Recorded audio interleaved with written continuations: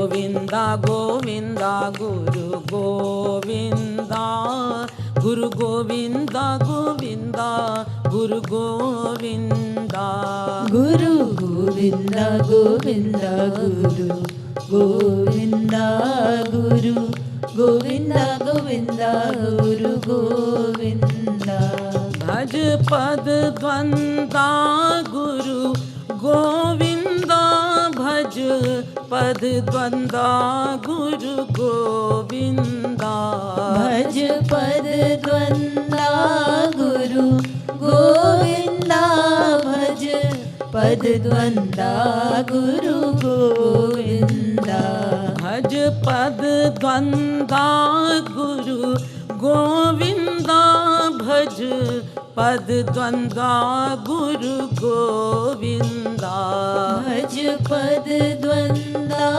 गुरु गोविंदा भज पद द्वंदा गुरु गोविंदा गुरु गोविंदा गोविंदा गुरु गोविंदा गुरु गोविंदा गोविंदा गुरु गोविंदा गुरु गोविंदा गोविंदा गुरु गोविंदा गुरु गोविंदा गोविंदा गुरु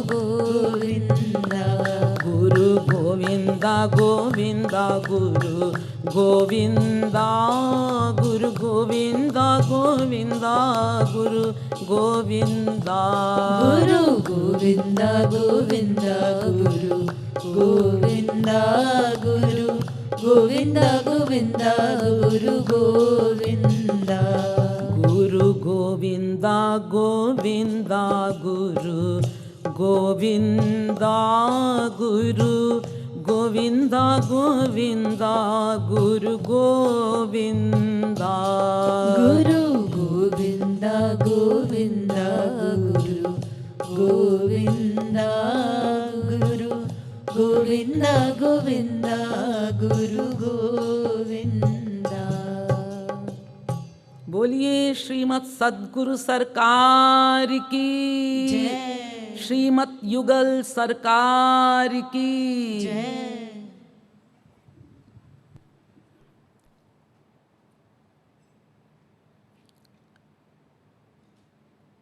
अब आप लोग समाहित चित्त होकर के आज का विषय सुने। गुरु पूर्णिमा का जो पावन पर्व है, तो इसमें 5 दिन का जो ये साधना शिविर लगा हुआ है, तो आज प्रथम दिन है साधना शिविर का। नेचुरल सी बात है कि गुरु के विषय में ही चर्चा होनी चाहिए। गुरु शब्द का क्या अर्थ है? गुरु कहते किसको हैं? शब्दानाम अनेकार्थः। एक शब्द के कई अर्थ होते हैं, ऐसे ही गुरु शब्द के भी कई अर्थ हैं। हमारे भौतिक जगत में गुरु शब्द का अर्थ होता है हैवी, भारी। जो बहुत भारी चीज होती है उसको गुरु कह के पुकारा जाता है। लेकिन आध्यात्मिक जगत में गुरु शब्द का क्या अर्थ है? श्री महाराज जी ने 2 लाइन में बहुत प्यारी बात बतलाई है। गु का अर्थ माया तम गोविंद राधे, रू का अर्थ नाशक वेद बता दे। गु माने अंधकार, अंधकार माने माया, माया का अंधकार। और रू माने नाश करने वाला, समाप्त करने वाला। यानी जो अंधकार को समाप्त करे वो गुरु, उसको गुरु कहते हैं। गुंगरौतीति गुरु, जो माया का अंधकार समाप्त करे वो गुरु है। वैसे तो और परिभाषाएं भी हैं। गृणाति ज्ञानम इति गुरुः, जो ज्ञान दे वो गुरु है। फिर कहा गिरति अज्ञानम इति गुरुः, जो अज्ञान को समाप्त करे वो गुरु है। अब गृणाति ज्ञानम जब ये कह दिया कि जो ज्ञान दे वो गुरु है, तो फिर ये कहने की क्या आवश्यकता है कि जो अज्ञान को समाप्त करे वो गुरु है? अरे सीधी सी बात है, ज्ञान मिल गया तो अज्ञान तो समाप्त हो ही गया।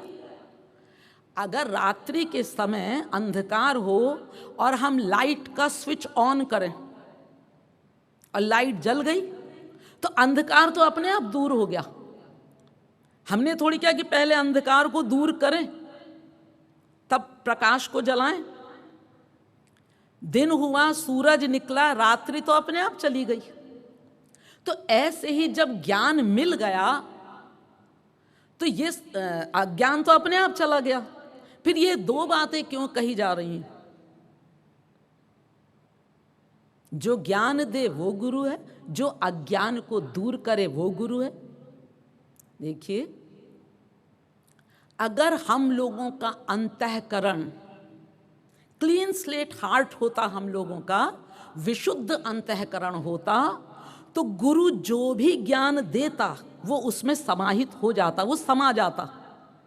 किंतु अनंतानंत जन्मों के कुसंस्कारों के कारण जो गड़बड़ियां हमारे भीतर आ गई हैं, जो गंदगी, जो शंकाएं, जो अज्ञान हमारे भीतर भर गया है, तो इस कारण क्या होता है कि गुरु जो ज्ञान देता है ना, वो ज्ञान उसमें समाता ही नहीं है, ठहर ही नहीं पाता। इसलिए गुरु पहले अज्ञान को दूर करता है, उस बर्तन को तैयार करता है, और जब हमारी सब शंकाओं का समाधान कर दिया, सारे अज्ञान को समाप्त कर दिया, फिर ईश्वरी पावर दी हमको, और फिर तो भगवत प्राप्ति कराई देता है। तो इसलिए ये दोनों बातें कही गई हैं कि जो अज्ञान को दूर करे वो गुरु है, और जो ज्ञान दे वो गुरु है। तो सभी अर्थों का एक ही कंक्लूजन है, जो माया निवृत्ति कराने में समर्थ हो प्लस भगवत प्राप्ति कराने में समर्थ हो, उसको हम गुरु कहते हैं। तो क्यों जी, क्या अनादिकाल से अभी तक हम लोगों को कोई महापुरुष मिला नहीं क्या? क्योंकि हम लोगों की माया निवृत्ति तो हुई नहीं है अभी तक, भगवत प्राप्ति तो हम लोगों को हुई नहीं है, माया के विकार तो समाप्त हुए ही नहीं है। ऐसा नहीं है, अनंत बार हम लोगों को महापुरुष मिल चुके हैं। अगर एक जन्म में एक बार भी कोई महापुरुष हमको मिला होगा तो भी हम लोगों के अनंत जन्म बीत चुके। लेकिन जब कोई महापुरुष हमें मिला तो हम इठला के चल दिए, इतरा के चल दिए, हमें इनकी कोई आवश्यकता नहीं है। इन जैसे तो बहुत आते हैं हमारे यहाँ। अहंकार के कारण हमने उनकी शरणागति नहीं की, देहाभिमान के कारण उनको गुरु रूप में स्वीकार नहीं किया, और अनधिकार चेष्टा ये की कि डायरेक्ट भगवान की उपासना करी। जबकि ईश्वर तत्व को प्राप्त करने के लिए एक वास्तविक गुरु की आवश्यकता है। बिना वास्तविक महापुरुष के किसी भी जीव को भगवत प्राप्ति नहीं हो सकती। वो गुरु हम लोगों को ये बतलाएगा कि कौन से साधक के लिए कौन सा मार्ग उचित है, और साधना करते समय जो भी गड़बड़ियां आ जाती हैं किसी भी साधक की लाइफ में, बाहरी वातावरण से या भीतर के कुसंस्कारों के कारण, तो गुरु उन सारी गड़बड़ियों को दूर करता है, सारी शंकाओं का समाधान करता है, हमको निर्भ्रांत करके, संशय रहित करके सही दिशा पकड़ा देता है। बिना गुरु के काम नहीं बनेगा। गुरु भक्त्या स मिलति, ब्रह्म वैवर्त पुराण में कहा जा रहा है कि गुरु की भक्ति से ही, गुरु की सेवा करने से ही ईश्वर की प्राप्ति होती है। और हमारे यहाँ तो सिद्धांत ही है, आचार्यवान पुरुषो ही वेद। आचार्यवान माने आचार्य वाला, गुरु वाला। जैसे धनवान माने होता है धन वाला, रूपवान माने होता है रूप वाला, ऐसे ही आचार्यवान माने होता है आचार्य वाला। यानी आचार्य वाला पुरुष जिसका गुरु है, आचार्य है, जिसने किसी गुरु के कोई शरणागत हुआ है, वो ही भगवान को प्राप्त कर सकता है, ईश्वरीय ज्ञान प्राप्त कर सकता है। वेद ने तो प्रारंभ में ही कह दिया, हमको कोई भी पढ़ना मत, अरे मनुष्यों हमको मत पढ़ना। क्यों? क्योंकि वेदों का भावार्थ तो ब्रह्मा जी भी नहीं जान सकते। तेने ब्रह्म हृदा च आदि कवये मुह्यन्ति यत्सूरयः। भागवत में कहा है कि ब्रह्मा जी समझ ही नहीं पाया वेदों को, तो भगवान ने ब्रह्मा जी के हृदय में अपनी पावर दी, तब वो वेदों का अर्थ समझ पाए। तो तुम भला कैसे जानोगे? तुम्हारी हैसियत क्या है जानने की? वेद वाणी ईश्वरीय वाणी है। ईश्वरीय लेवल का ज्ञान हो अगर किसी को, तब तो वो वेदों को समझ सकता है। अन्यथा तुम्हारी क्या गिनती है? जब सरस्वती बृहस्पति बिल्कुल निम्न कक्षा में है, ब्रह्मा जी भी नहीं समझ पा रहे हैं। परोक्ष वादाह श्रुतयाह, भागवत में कहा है। वेदों की भाषा कुछ और है और उसका अर्थ कुछ और होता है, मीनिंग कुछ और है। इसलिए विश्व में कोई भी वेदों को नहीं समझ सकता बिना प्रैक्टिकल मैन के, बिना वास्तविक महापुरुष के। इसलिए उत्तिष्ठत जाग्रत प्राप्य वरान निबोधत, जाओ महापुरुषों के पास, उनकी शरणागति करके वेदों का ज्ञान प्राप्त करो। वो बतलाएंगे कि वेदों का वास्तविक तात्पर्य क्या है। अनंत पारम गंभीरम दुर्विगाह्यम समुद्रवत।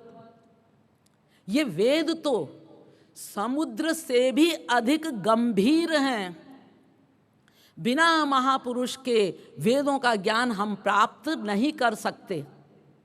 इसलिए परीक्ष लोकान कर्मचितान ब्राह्मणों निर्वेद मायान्यास्त कृतः कृतेन तद विज्ञानार्थम स गुरुमेवाभिगच्छेत् समित पाणि श्रोत्रियम ब्रह्मनिष्ठम। गुरु की शरण में जाओ। कैसे गुरु की शरण में? श्रोत्रियम ब्रह्मनिष्ठम, श्रोत्रिय ब्रह्मनिष्ठ, यानी वेद शास्त्रों का ज्ञाता भी हो, हम लोगों की शंकाओं को भी दूर कर सकता हो, और जिसके पास ईश्वर का दिव्य प्रेम हो, जो दिव्य अनुभव प्राप्त किए हुए हो। श्रोत्रिय ब्रह्मनिष्ठ गोविंद राधे, गुरु को ही मन बुद्धि शरण करा दे। राधा गोविंद गीत में श्री महाराज जी कह रहे हैं। यानी श्रोत्रिय ब्रह्मनिष्ठ महापुरुष होना चाहिए। भागवत में भी कहा है, तस्मात् गुरुं प्रपद्येत जिज्ञासु श्रेय उत्तमं शाब्दे परे च निष्णातं ब्रह्मण्युपशमाश्रयम्। कैसा गुरु होना चाहिए? शाब्दिक ज्ञानी भी हो, अनुभवात्मक ज्ञानी भी हो, थ्योरी की भी नॉलेज हो और प्रैक्टिकल अनुभव भी प्राप्त किए हो, हम लोगों की शंकाओं को भी दूर कर सकता हो।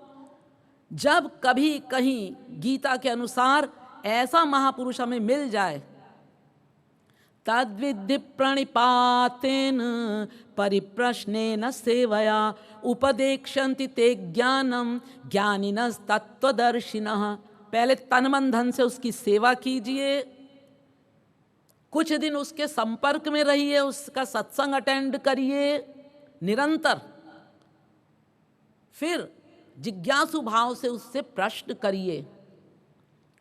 प्रश्न शब्द का ही मतलब होता है जिस विषय में हमारा कोई निर्णय नहीं है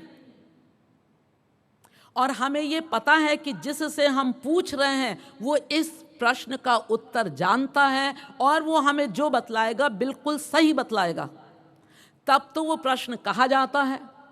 और अगर हम ये सोचें कि हमको तो पता है इस प्रश्न का ये उत्तर है, चलो जरा उनकी राय लेके देख ली जाए, अगर हम परीक्षा लेने के दृष्टिकोण से गए तो फिर महापुरुषों के पास तो ऐसी ऐसी क्रियाएं वो कर देते हैं कि आप लोग भागते नजर आएंगे। इसलिए पूर्ण जिज्ञासु भाव से जब हम उनकी शरण में जाएंगे, उनसे प्रश्न करेंगे, जब वो ये देख लेंगे कि ये जीव अब भगवत ज्ञान का अधिकारी बन गया है, भगवत प्रेम का अधिकारी बन गया है, तब वो हमको उस ईश्वर के विषय में ज्ञान देंगे, प्रेम देंगे। गुरु बिनु होई कि ज्ञान, बिना गुरु के ज्ञान नहीं हुआ करता। डायरेक्ट भगवान किसी को अपना ज्ञान नहीं देते हैं, गुरु की शरण में जाओ तब तुमको ज्ञान मिलेगा। इसीलिए अर्जुन ने भगवान से नाता जोड़ा गुरु शिष्य का। शिष्यस्ते हम शाधि माम त्वाम प्रपन्नम, अंशस्ते हम नहीं कहा, दासस्ते हम नहीं कहा, महाराज मैं आपका प्रपन्न शिष्य हूं। ये गुरु शिष्य का रिश्ता क्यों जोड़ रहा है अर्जुन भगवान से?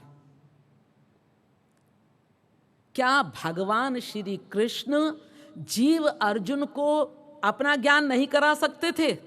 हाँ, नहीं करा सकते थे। उन्हीं का बनाया हुआ कानून है, कोई जीव डायरेक्ट मुझको प्राप्त नहीं कर सकता। अब ऐसा कानून है उनका, गुरु के थ्रू, महापुरुष की शरणागति से। अब भगवान कहते हैं इसीलिए तो मैं अपने ही समान महापुरुषों को समय समय पर इस पृथ्वी पे भेजता हूं, अन्यथा वो बेचारे क्यों आएंगे? उनको तो जो करना था कर चुके, वो तो पा चुके हैं, जिससे कि ये जीव मुझको प्राप्त कर लें। इसलिए महापुरुषों को भेजा जाता है। तो अर्जुन ये फिलॉसफी समझते थे, इस बात को जानते थे, इसलिए उन्होंने रिस्क ही नहीं लिया और भगवान से गुरु शिष्य का संबंध जोड़ लिया। और तुलसीदास जी तो चैलेंज के साथ कह रहे हैं, गुरु बिनु भवनिधि तरहि न कोई, जो बिरंचि शंकर सम होई। ब्रह्मा शंकर को भी लपेटे में ले लिया। बिना गुरु के उनका भी काम नहीं बनेगा। और कॉमन सेंस से हम लोग भी समझ सकते हैं। देखिए, ये जो साधारण सा ज्ञान है, काखा गाघा अक्षरों का मामूली ज्ञान वर्णमाला का, ये भी हम बिना किसी गुरु के पढ़ाए नहीं पढ़ पाए, अपने आप नहीं सीख पाए हम। जब गुरु ने हमें बतलाया कि देखो बेटा, पहले एक लंबी डंडी खींचो, उसके बाद ये आधा गोला बनाते हुए इससे अटैच्ड करो, उसके बाद फिर इधर से इसको ऐसे करो, फिर ऊपर एक डंडी खींच देना, इसको कहते हैं क। तो हमने सीख लिया। तो जब साधारण सा ज्ञान भी हम अपनी बुद्धि से नहीं प्राप्त कर सके, तो फिर वेद शास्त्रों से परे का जो तत्व है, ईश्वरीय तत्व, वो भला बिना किसी गुरु के हम कैसे जान सकते हैं? इसलिए एक गुरु की आवश्यकता है। और ये नहीं कि हम किसी को भी गुरु बना के बैठ जाएं, उसके लिए भी शास्त्रों ने शर्त दे दी है, श्रोत्रिय ब्रह्मनिष्ठ महापुरुष हो, वास्तविक महापुरुष को ही गुरु बनने का अधिकार है, बाकी किसी को नहीं।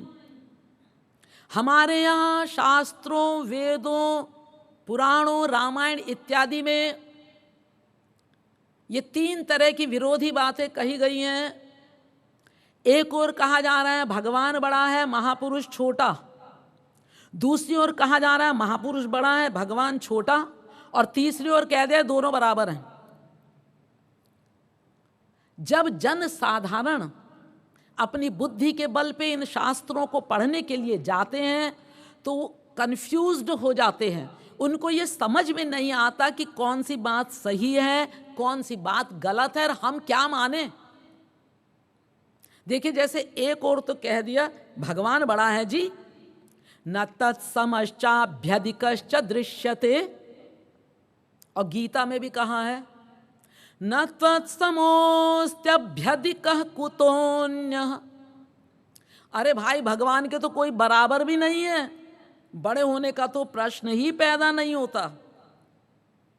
यस्मात् परम ना परमस्ति किंचित, यस्मान्नान्यो न ज्यायोस्ति कश्चित्, वृहच्च तद्दिव्यमचिन्त्य रूपम। सबसे वृहत वही है, सबसे बड़ा, सबसे महान। इतना बड़ा है, इतना बड़ा है कि ब्रह्म शब्द का अर्थ ही होता है जिसमें अनंत ब्रह्मांड समा जाए।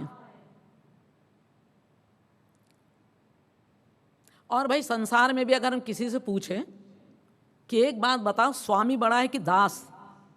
भाई, स्वामी बड़ा होता है कि नौकर बड़ा होता है? तो लोग कहेंगे ये तो कॉमन सेंस की बात है, तुम्हें नहीं मालूम स्वामी बड़ा होता है, नौकर कहाँ बड़ा होता है? यानी भगवान बड़ा और महापुरुष छोटा। दूसरी ओर इसके ठीक ऑपोजिट बात कही जा रही है, मोरे मन प्रभु अस विश्वासा, राम ते अधिक राम कर दासा। तुलसीदास जी ने कहा कि महापुरुष ऊंचा है, भगवान क्या है महापुरुष के सामने? कुछ नहीं। मद भक्तस्य ये भक्तास्ते में भक्त तमामताः। भगवान ने भी कह दिया जो डायरेक्ट मेरे भक्त हैं वो मुझे उतने प्रिय नहीं है, जो मेरे भक्तों के भक्त हैं वो ही मेरे परम प्रिय भक्त हैं। तेरे भक्त की भी भक्ति कर बनवारी, बलिहारी है तिहारी गुरु बलिहारी। यानी डायरेक्ट कोई मेरी उपासना करे वो उतना प्रिय नहीं है, जो मेरे भक्त के उपासक हैं वो मुझे परम प्रिय हैं। और हम लोग भी बोलते हैं ना, गुरु गोविंद दो खड़े काके लागो पाए, और बलिहारी गुरु आपनो गोविंद दियो बताए। भगवान भी खड़े हैं, गुरु भी खड़ा है, हम तो गुरु की शरण में जाएंगे, भगवान को तो आना ही पड़ेगा फिर अपने आप। यानी महापुरुष बड़ा है और भगवान छोटा। फिर नारद जी आ गए, उन्होंने कहा कि ये क्या वेदों का भी दिमाग खराब है जो कह रहे हैं कि भगवान बड़ा है महापुरुष छोटा? प्रथम तो वेद ही हैं।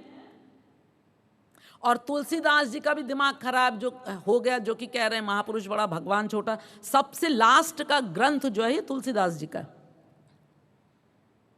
अच्छा, तो दोनों का दिमाग खराब है तो आपका क्या कहना है, आप बतला दीजिए।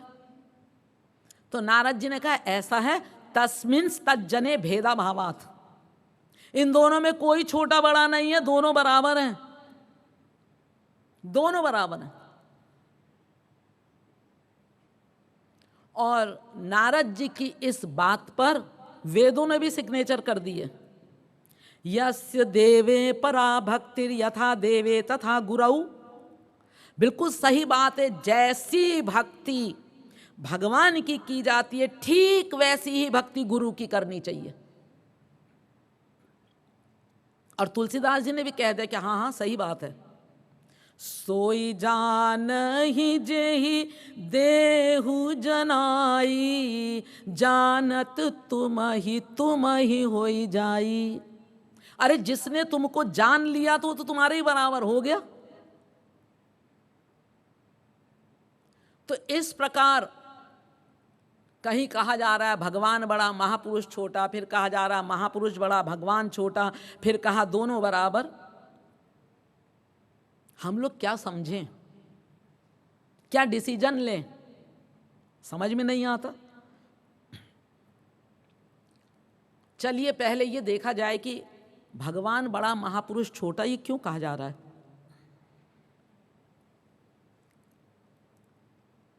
सही कहा जा रहा है भगवान तो बड़ा है ही है। अच्छा ये महापुरुष जो है ये क्या चीज है?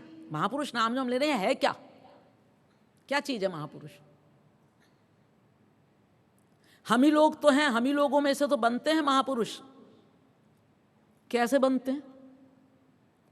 जब कोई जीव कंप्लीट सरेंडर कर देता है, पूर्ण शरणागत हो जाता है, 100% शरणागत हो गया, 100% शरणागति, तो भगवान अपनी कृपा करता है और अपनी कृपा के द्वारा अपनी पूरी पावर उस जीव को दे दी, पूरी शक्ति दे दी। जो उसकी प्रमुख शक्तियां हैं 3, सत, चित, आनंद, ये पूरी दे दी उस जीव को जो शरण में चला गया। यद्यपि ये शक्तियां हमारे पास भी हैं क्योंकि हम भगवान के अंश हैं, लेकिन बहुत थोड़ी मात्रा में, जैसे समुद्र की एक बूंद के बराबर। लेकिन जब शरण में चला गया, कोई 100% शरणागत हो गया, तो भगवान ने अपनी पूरी पावर दे दी, यानी अनंत जीवन। अब देह की बीमारी समाप्त हो गई, उसको दिव्य शरीर मिल गया, सदा के लिए मिल गया। अनंत ज्ञान, सर्वज्ञता वाला ज्ञान मिल गया, सर्वज्ञ हो गया वो। अनंत आनंद, जिस आनंद में भगवान लीन है उसी आनंद में वो भी लीन हो जाता है। जो स्पिरिचुअल हैप्पीनेस भगवान के पास है, वही स्पिरिचुअल हैप्पीनेस उस जीव के पास आ जाती है जिसको हम महापुरुष कह रहे हैं। दूसरा, भगवान में जो 8 गुण हैं, अपहृत पापमा, विजरो विमृत्युर्विशोको, विजिघत्सो पिपासः, सत्य कामः, सत्य संकल्पः, पाप रहित, अपहृत पापमा, विजरो जरा रहित, बुढ़ापा रहित, विमृत्युर मृत्यु रहित, विशोको शोक रहित, विजिघत्सो भूख रहित, पिपासः प्यास रहित। ये विकार हावी नहीं होते हैं भगवान के ऊपर। और सत्य कामः, सत्य संकल्पः, वो सत्य काम सत्य संकल्प है। ये 8 गुण जो भगवान के पास हैं, ये भी दे दिए भगवान ने उस जीव को जिसको हम महापुरुष कह रहे हैं। तो अपनी पूरी पावर भगवान ने उस जीव को दे दी।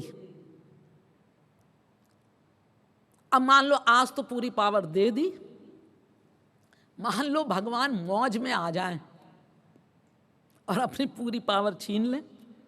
यद्यपि यह असंभव है, ऐसा होता नहीं है, क्योंकि जो दिया वो तो सदा के लिए दिया, अनंत काल तक के लिए दिया। लेकिन मान लो कि भगवान अगर पूरी पावर छीन ले तो गुरु तो 0/100 हो गया। उसका अपना कोई कमाल नहीं है, अपने पास कुछ है ही नहीं उसके पास, वो तो भगवान ने कृपा करके दिया ना। अब भगवान बिल्कुल एक मूर्ख व्यक्ति को अपनी पूरी पावर दे दे तो वो मूर्ख व्यक्ति महापुरुष बन जाएगा, उसमें क्या है। तो चूंकि भगवान की शक्ति पा करके वो महापुरुष बना है ना, तो भगवान बड़े हुए जो उन्होंने अपनी शक्ति दी और उसको महापुरुष बना दिया।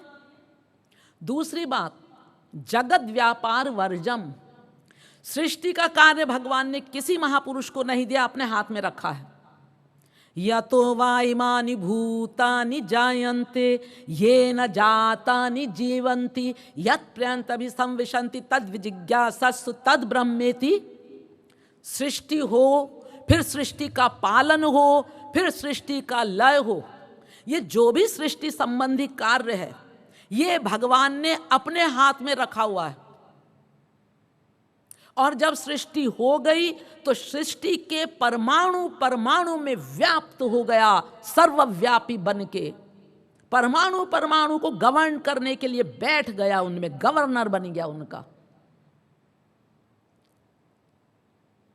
बुलाओ नारद जी को जो कहते हैं कि भगवान और महापुरुष बराबर हैं, तुलसीदास जी को जो कहते हैं जानत तुम्हारी हो जाई।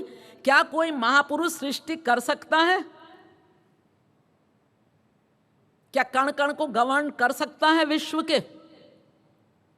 नहीं कर सकता, ये पावर नहीं है। कोई महापुरुष ये चैलेंज नहीं कर सकता कि हमारे पास तो इतनी पावर आ गई कि हम सृष्टि भी कर सकते हैं, प्रलय भी कर सकते हैं। ये कार्य केवल भगवान का है। तो देखिए, सृष्टि करने का जो इतना बड़ा कार्य है वो केवल भगवान का है, इसलिए भगवान बड़ा है। दूसरा, भगवान की शक्ति को पा करके कोई जीव महापुरुष बना है तो भगवान तो बड़ा हुआ ही, तो नेचुरल सी बात है। तो सही बात है, भगवान बड़ा है, महापुरुष छोटा है। दूसरी ओर जो ये कहा जा रहा है कि महापुरुष बड़ा है और भगवान छोटा है, ये क्यों कहा जा रहा है? देखिए, भगवान का एक कानून है, डायरेक्ट भगवान से कांटेक्ट किसी जीव का नहीं हो सकता।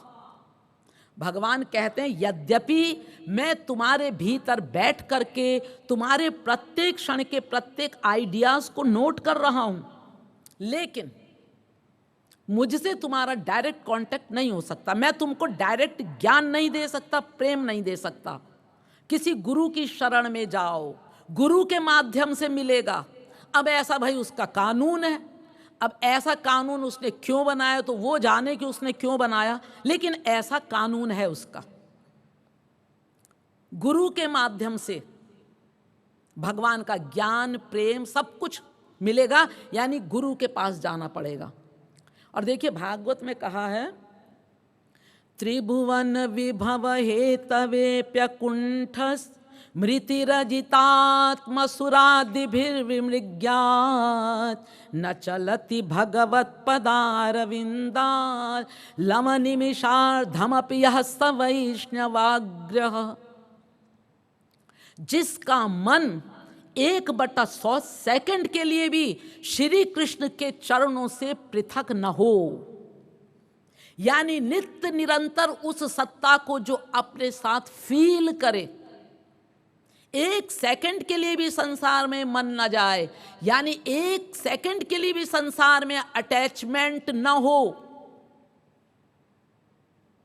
उसका भगवान योगक्षेम वहन करते हैं, बाकियों का नहीं। जब नित्य निरंतर हमारा मन भगवान में लगा रहेगा, लेकिन कैसे लगेगा? अनंत जन्मों का जो संसार को अपना मानने का हमारा अभ्यास है, तो मन तो बार बार संसार में ही जा रहा है। ये संसार के जो कूड़ा कबाड़ा जीव हैं, मायाबद्ध जीव, इन्हीं में जब हमारे मन का अटैचमेंट है तो जिन गुणों से ये युक्त हैं वही गुण हम में आ जाते हैं, तो हमारा अंतःकरण तो गंदा हो गया ना। और भगवान का क्या कहना है? निर्मल मन जन सो मोहि पावा, मोहि कपट छल छिद्र न भावा। विशुद्ध अंतःकरण लेके आओ, शुद्ध हृदय लेके आओ। अरे तो बताओ तो हम अपने हृदय को शुद्ध कैसे करें? ये मैं नहीं बताऊंगा। किसी गुरु के पास जाओ, महापुरुष के पास जाओ। तो भगवान तो कह रहा है कि हृदय शुद्ध लेके आओ, और महापुरुष उसको तो पता है कि ये जीव तो गंदा है, सदा का गंदा है। वो कहते तुम जैसे हो वैसे आ जाओ मेरे पास, गंदे संदे कैसे भी आओ।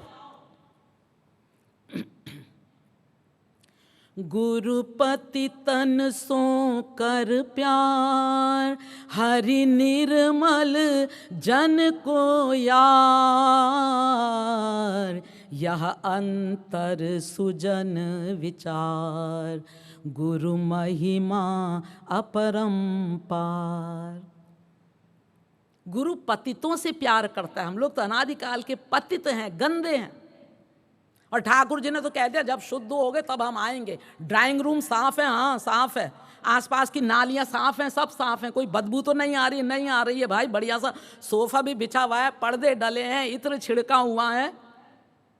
अब चले आएंगे जब सब साफ सुथरा मामला है तो लाट साहब ठाट से विराजने के लिए आ जाएंगे हमारे अंतःकरण में। लेकिन ये साफ करेगा कौन? गुरु। गुरु तो है माता सम गोविंद राधे, शिशु मन मल धोके विमल बना दे। गुरु माता शिशु मन गोविंद राधे, विमल बना के हरि गोद बैठा दे। राधा गोविंद गीत श्री महाराज जी। एक माँ के समान हमारी गंदगी साफ करता है। छोटा बच्चा है, लैट्रिन कर दी, यूरिन कर दी, नाक बह रही है, बदबू आ रही है, उसके सारे कपड़े गंदे हो गए। और पिता ने अगर गोद में लिया और जरा सा उसने यूरिन किया, वो ऐसे दूर कर देते हैं, अरे अरे संभालो इसको, संभालो, देखो इसने यूरिन कर दिया, इसने लैट्रिन कर दिया। माँ को घिन नहीं आती बच्चे से। माँ उसकी गंदगी को साफ करके, नहला धुला के, पाउडर वगैरह लगा के, साफ सुथरे कपड़े पहना के तब बाप की गोद में दे देती है। लो भैया पकड़ लो, अब साफ सुथरा है। तो हम लोग जो गंदे हैं, गुरु माँ के समान हमारी गंदगी को साफ करता है और साफ करके हरि की गोद में, भगवान की गोद में बैठने लायक बना देता है, जिससे भगवान हमको अपना बना लें। ये पूरी मेहनत गुरु की है। और गुरु पिता के समान भी है। गुरु तो है पिता सम गोविंद राधे, कन्या को सजा के हरि घर पहुंचा दे। एक बच्ची पैदा हुई लड़की, और जब थोड़ी बड़ी हुई तो स्कूल में पढ़ाना लिखाना, उसका पालन पोषण जो भी खर्चा है वो सब बाप करता है। माँ बाप मिलके उसमें अच्छे संस्कार डालते हैं, अच्छे गुण डाले जाते हैं उसमें। पूरी मेहनत माता पिता की। और जब वो 18-20 साल की हुई तो एक लड़का आया उसका इंटरव्यू लेने के लिए। आजकल बड़ा चलन चला हुआ इंटरव्यू लेने का। लड़के जो हैं वो 20-20 लड़कियों को रिजेक्ट कर देते हैं, अपने आप पता नहीं जैसे क्या हैं, अपने को नहीं देखेंगे। अब मान लो लड़के ने जो है वर्ण कर लिया, उसको पसंद कर लिया, सेलेक्ट कर लिया, फिर वो जेवरों से लदी दहेज सहित वर्ण करके ले गया वो लड़का अपने घर। उसको क्या मेहनत करनी पड़ी? उसको कोई मेहनत नहीं करनी पड़ी। पूरी मेहनत पिता की है, पूरा खर्चा किया है, उस अवस्था तक पहुंचाया है। तो पिता के समान गुरु जो है हमारे भीतर की सफाई करके, हमारे अंतःकरण को शुद्ध करके, फिर उसमें ईश्वरी दिव्य पावर भरता है, जिससे कि भगवान हमारा वर्ण कर लें, हमको अपना बना लें सदा के लिए। तो पूरी मेहनत तो गुरु की है ना। भगवान तो बने बने के साथी हैं और हम तो बिगड़े हुए हैं। गुरु जो है बिगड़ों को अपने हृदय से लगा करके और शुद्ध करके भगवान के लायक बनाता है। तो कार्य के दृष्टि से, स्वार्थ के दृष्टि से हमारे काम का तो गुरु है। अगर कोई महापुरुष न हो तो किसी भी जीव को भगवत प्राप्ति नहीं हो सकती। हमें पता ही नहीं है हम अपने अंतःकरण को कैसे शुद्ध करें। और अपने को तो हम लोग अच्छा ही मानते हैं ना, सब लोग। अपनी गंदगी कहाँ दिखती है हमको? अपने मन के विकार किसी को नहीं दिखाई देते, अपने दोष। तो गुरु कितनी मेहनत कर रहा है एक एक जीव के साथ। महापुरुष बहुत मेहनत करता है, भागीरथ प्रयत्न करता है, इस जीव को कैसे भी भगवान तक पहुंचा दूं। आराधनानां सर्वेषां विष्णुराराधनं परं तस्मात् परतरम देवी तदीयानाम समर्चनम। पद्म पुराण। विश्व में जितनी भी उपासनाएं हो रही हैं, चाहे किसी देवी देवता की हो या भगवान के किसी अवतार की हो, इन सब में राधा कृष्ण की भक्ति सर्वश्रेष्ठ है। और राधा कृष्ण की भक्ति से भी श्रेष्ठ है गुरु की भक्ति, महापुरुष की भक्ति, संत की भक्ति। त्वद्भृत्य भृत्य परिचारक भृत्य भृत्य भृत्यस्य भृत्य इति मां स्मर लोकनाथ। पांडव गीता।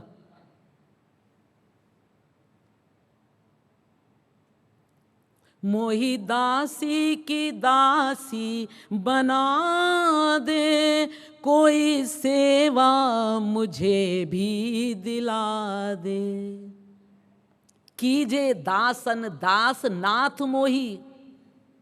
दासों के दासों के दासों की सेवा करने से भगवान प्रसन्न होते हैं, खुश होते हैं। तो देखिए, हमारे स्वार्थ की दृष्टि से, जैसे किसान है ना, समुद्र में इतना पानी भरा हुआ है, खारा जल, वो कहता वो पानी मेरे काम का नहीं है, मेरे काम आना ही नहीं है उस पानी को, खेती किसानी के। वो ऊपर देखता रहता है आकाश में। भले उस समुद्र से ही भाप बन के वो बादल बनते हैं, लेकिन कब बादल बरसेंगे, कब बादल आएंगे बरसेंगे, वो यही देखता रहता है। और जब वो बादल बरसता है तो वो जो मीठा जल है उससे खेती किसानी अच्छी होती है। तो भगवान तो समुद्र के समान है, हमारा काम बनना नहीं है उससे। और गुरु उस बादल के समान है जो बरसता है, अपनी कृपा की बरसात करता है हमारे ऊपर। तो हमारे लिए तो गुरु का स्थान ऊंचा है। हमारा पूरा काम, पूरा स्वार्थ उसी से हल होना है। भगवान से क्या मतलब है? भगवान तो आ ही जाएंगे, फिर मिल ही जाएंगे, वो तो गुरु का कार्य है। तो ये भी सही है, महापुरुष बड़ा और भगवान छोटा कार्य की दृष्टि से। और तीसरी ओर जो ये कहा जा रहा है कि दोनों बराबर हैं, तो देखिए, जो पावर भगवान के पास है, जब भगवान ने अपनी पूरी पावर उस महापुरुष को दे दी, पूरी शक्ति, तो दोनों बराबर नहीं हुए? फिर दोनों बराबर हो गए। एक ग्लास में आप पानी लीजिए, एक में गन्ने का रस लीजिए, एक में दूध लीजिए, तीनों में जहर मिला दीजिए। अब कोई पानी पिएगा तो भी मरेगा, गन्ने का रस पिएगा तो भी मरेगा, दूध पिएगा तो भी मरेगा, क्योंकि जहर तो तीनों में बराबर है ना। और तरह से समझिए, एक पर्स में एक 100 का नोट रखा हुआ है, एक में 10-10 के 10 नोट रखे हुए हैं, एक पर्स में 1-1 रुपए के 100 नोट रखे हुए हैं, और एक पर्स में 100 रुपए का चेक रखा हुआ है। तो माने तो सब 100 ही रुपए जाएंगे ना, कोई कम ज्यादा तो नहीं माने जाएंगे, सब 100 ही रुपए कहलाएंगे ना वो।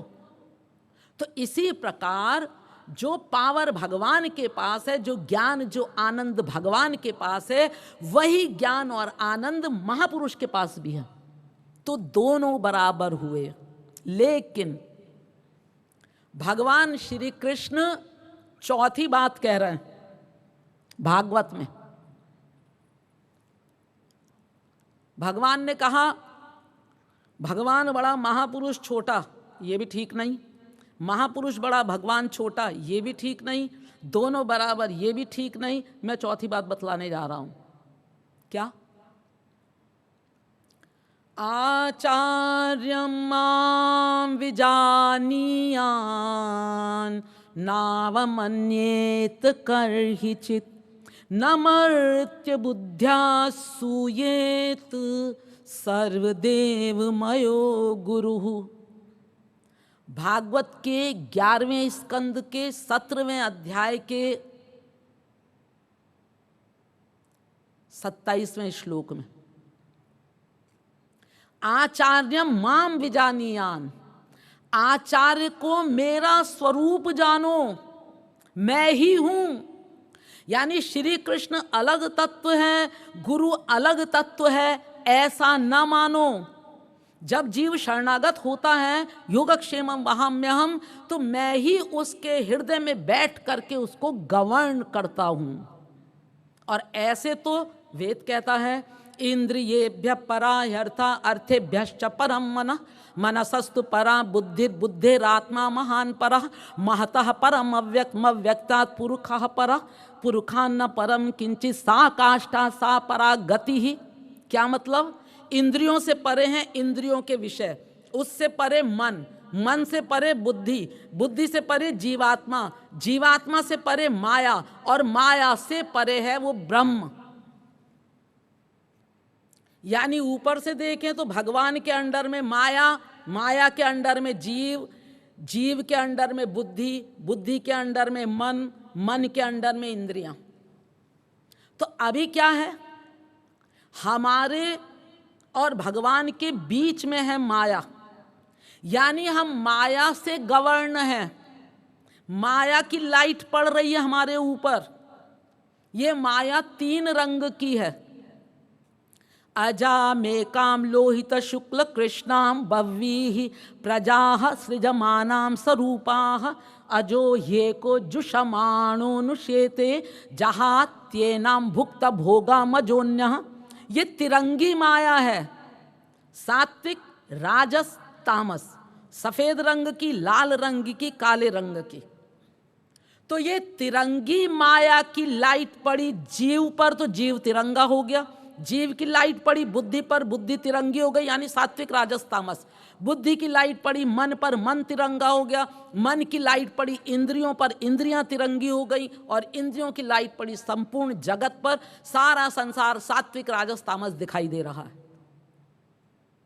ठीक है, संसार तो माया का बना, ये तो है ही है सात्विक राजस तामस। लेकिन जब माया हमारी गवर्नर है तो गड़बड़ी ये हो रही है कि इन मायिक आंखों से हमने अवतार काल में भगवान और महापुरुष को देखा, वो भी हमको मायिक ही दिखाई दे रहे हैं, जबकि वो तो मायाधीश है भगवान, उसके तो अंडर में है माया। और महापुरुष तो मायातीत है, माया से परे जा चुका है। लेकिन जब माया हमको गवर्न कर रही है तो हमको तो उनमें भी माया दिखाई दे रही है। अवतार काल में जब जब भगवान और महापुरुषों का अवतार हुआ हम लोग थे, लेकिन जाकी रही भावना जैसी प्रभु मूरत देखी तिन तैसी। देखहि रूप महारन धीरा मनहु वीर रस धरऊं शरीरा। डरे कुटिल नृप प्रभु ही निहारी मनहु भयानक मूरति भारी। रहे असुर छल छो नृप बेशा तिन प्रभु प्रगट काल सम देखा। जोगिन परम तत्वमय भाषा शांत शुद्ध इव सहज प्रकाशा। हरि भक्तन देखे दो भ्राता इष्ट देव इव सब सुख दाता। भगवान राम धनुष तोड़ने के लिए जनक की सभा में खड़े हैं। श्री कृष्ण मल्ल युद्ध के लिए कंस के यहाँ खड़े हैं पहलवानों के साथ। सबको अलग अलग अनुभव हो रहा है उनका। कुटिल राजा डर रहे हैं उनका स्वरूप देख के। जो वीर योद्धा थे उनको साक्षात वीर रस दिखाई दे रहा है राम के रूप में। असुर भी वहां पर वेश बदल के आए हुए थे, उनको साक्षात यमराज दिख रहे हैं भगवान। योगियों से कहा देखो लड़का वहां धनुष तोड़ने के लिए खड़ा, उन्होंने कहा हमें कुछ नहीं दिख रहा, लाइट ही लाइट दिखाई दे रही है उनको। भक्तों ने इष्ट देव के रूप में देखा, माताओं ने कोमल शिशु के रूप में देखा, स्त्रियों ने देखा ये इतना सुंदर पुरुष है कि इसके एक एक रोम पे करोड़ों कामदेव न्योछावर हो जाएं। इसके तो रोम रोम से रस टपक रहा है। सबको अलग अलग स्वरूप दिखाई दे रहा है। तो इसी प्रकार जब हम माया के अंडर में हैं, जब हमारे अंदर सत्व गुण की प्रधानता है, जिसके अंदर सत्व गुण की, उसने भगवान और महापुरुषों को देखा, उसने कहा हाँ थोड़े काबिल हैं, हम 19 हैं तो ये 20 हैं। रजोगुणी व्यक्ति ने देखा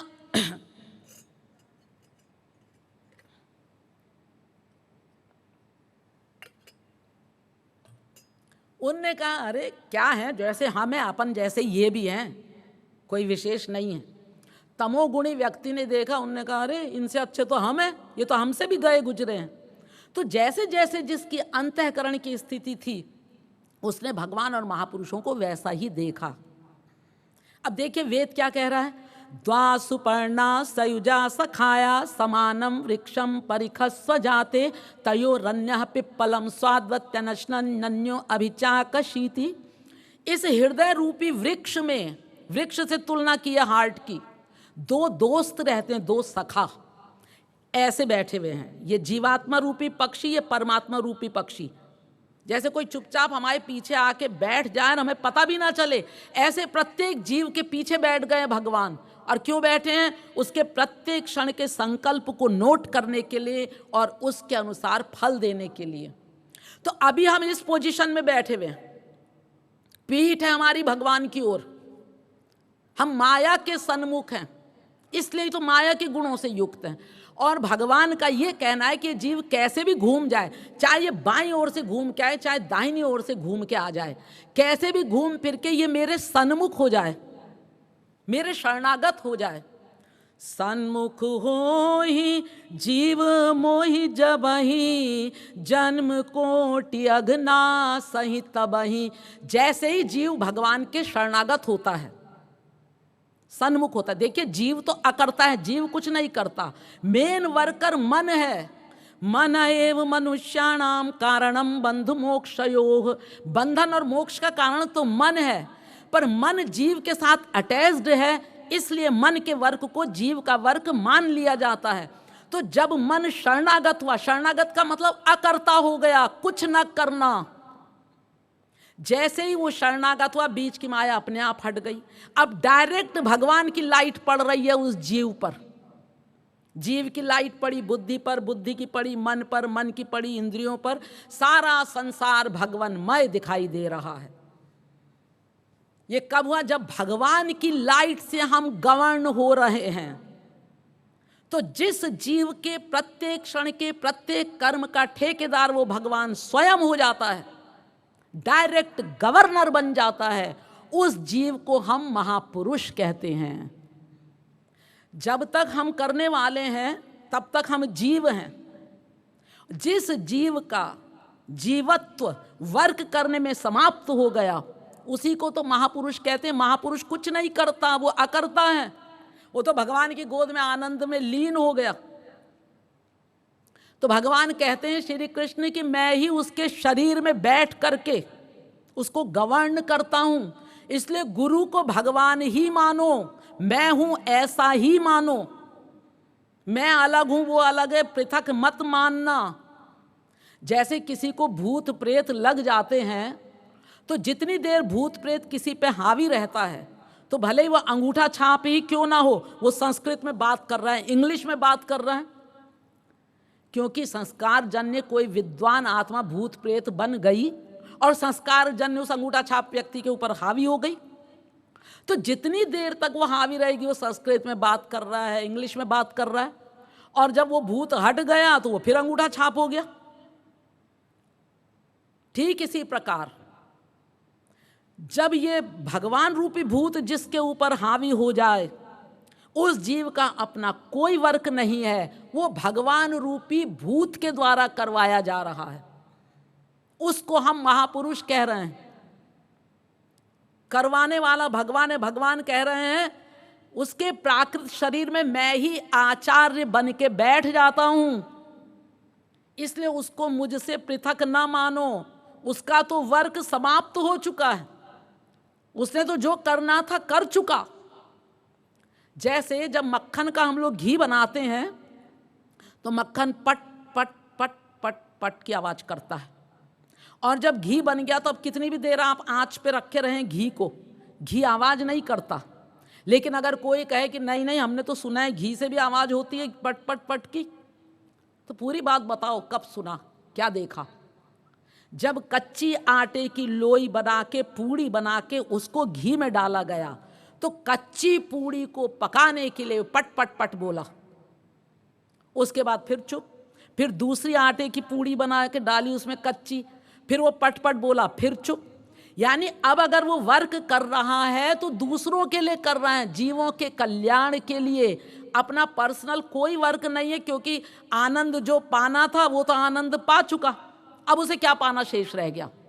लेकिन जीवों के लिए महापुरुष जीव कल्याण के लिए, या यूँ समझ लीजिए कि शरीर उस महापुरुष का हमको दिखाई दे रहा है, उसमें main worker, main governor, main driver वो भगवान स्वयं है।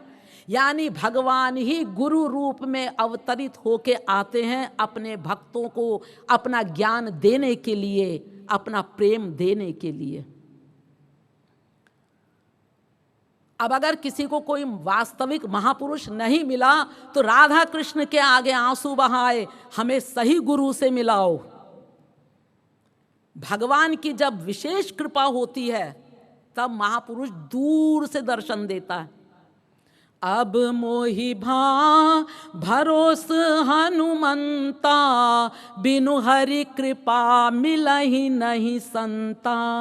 संत विशुद्ध मिलहि पुनिते ही, राम कृपा करी चितवाहि जेहि।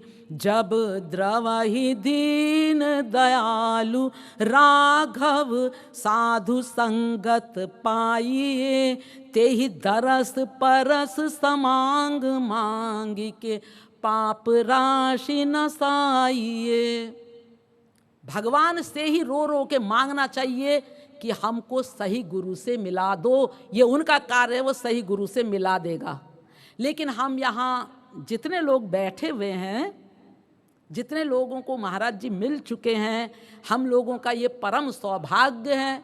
चाहे हम लोगों का ये पूर्व जन्म का कोई संस्कार रहा या श्री कृष्ण की अकारण कृपा रही, हम जीवों के ऊपर उनको दया आ गई होगी हमारे ऊपर, जो स्वयं वो गुरु रूप में अवतरित होके हम लोगों के बीच में आए हैं। हमें क्या करना है? उनके आदेशों का पालन करना है जो उन्होंने हमें आज्ञा दी है। और महाराज जी ने तो कोई कठिन साधना बतलाई नहीं है। देखिए, साधना शिविर लगा हुआ है 5 दिन तक के लिए, और समय समय पर साधना शिविर लगाया जाता है, यहाँ मनगढ़ में भी, वृंदावन बरसाने वगैरह में भी। तो हम लोग जब भी साधना शिविर में पहुँचते हैं तो कम से कम जिस कार्य के लिए हम यहाँ आए हुए हैं, अपना उद्धार, अपना कल्याण, तो महाराज जी के अनुसार क्या कह रहे हैं, वो यही तो कह रहे हैं कि राधा कृष्ण का रूप ध्यान करते हुए उनके लिए रो करके आंसू बहाओ, नाम संकीर्तन करो, पद गान करो, भगवान का गुणानुवाद रो रो के करो, तो इससे तुम्हारा हृदय पिघलेगा भगवान के लिए, अंतःकरण तुम्हारा शुद्ध होने लगेगा।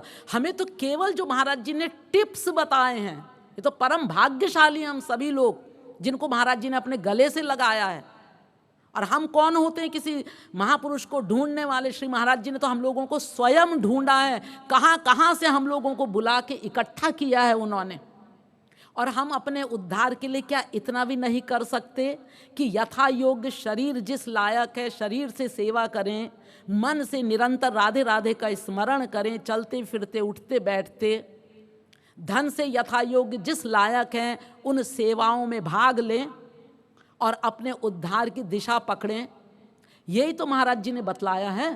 तो जब हम उनकी आज्ञा मान करके राधा कृष्ण के लिए रो के आंसू बहाएंगे, देखिए महाराज जी का एक वीक पॉइंट है आंसू। महाराज जी जीव के आंसू नहीं देख पाते थे, वो खुद उनका हृदय द्रवीभूत होने लगता था हम लोगों के लिए। तो जब हम 100% उनके अनुसार चलेंगे, उनकी आज्ञा पालन करेंगे, देखिए हमारी तो इतनी हिम्मत भी नहीं है कि हम लोग साधना कर सकें, वो अपनी कृपा से साधना करवा लेंगे हमसे। हमें तो केवल संकल्प करना है और हमको तो केवल मेहनत करनी है, आज्ञा पालन करना है। अन्यथा हमारी हिम्मत नहीं कि हम कोई साधना कर सकें या भगवान से प्यार कर सकें। वो तो गुरु कृपा करके सब करवाने लगते हैं, लेकिन हम प्रयास तो करें। वो तो केवल हमारा प्रयास नोट करते हैं महाराज जी, और कुछ नहीं, केवल प्रयास। तो उनके बतलाए अनुसार जब हम ठीक ठीक चलने लगेंगे साधना पथ पे, तो बाकी तो फिर महाराज जी का कार्य है ना।